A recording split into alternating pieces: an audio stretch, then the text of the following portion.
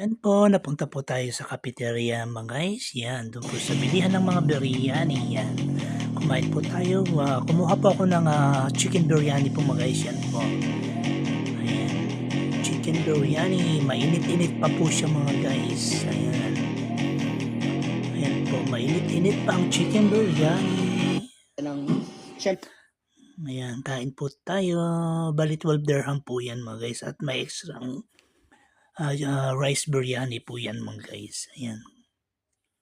Yan po, kain po tayo. Yan po yung lagi kong ino-order, dito po sa may ano, ayaw ko po yung legs. Gusto ko po dito sa may pakpak, guys. Ayan po siya. Don't forget to subscribe, like, and share this video po dito po sa YouTube channel ko mga guys. Ayan, kain po tayo.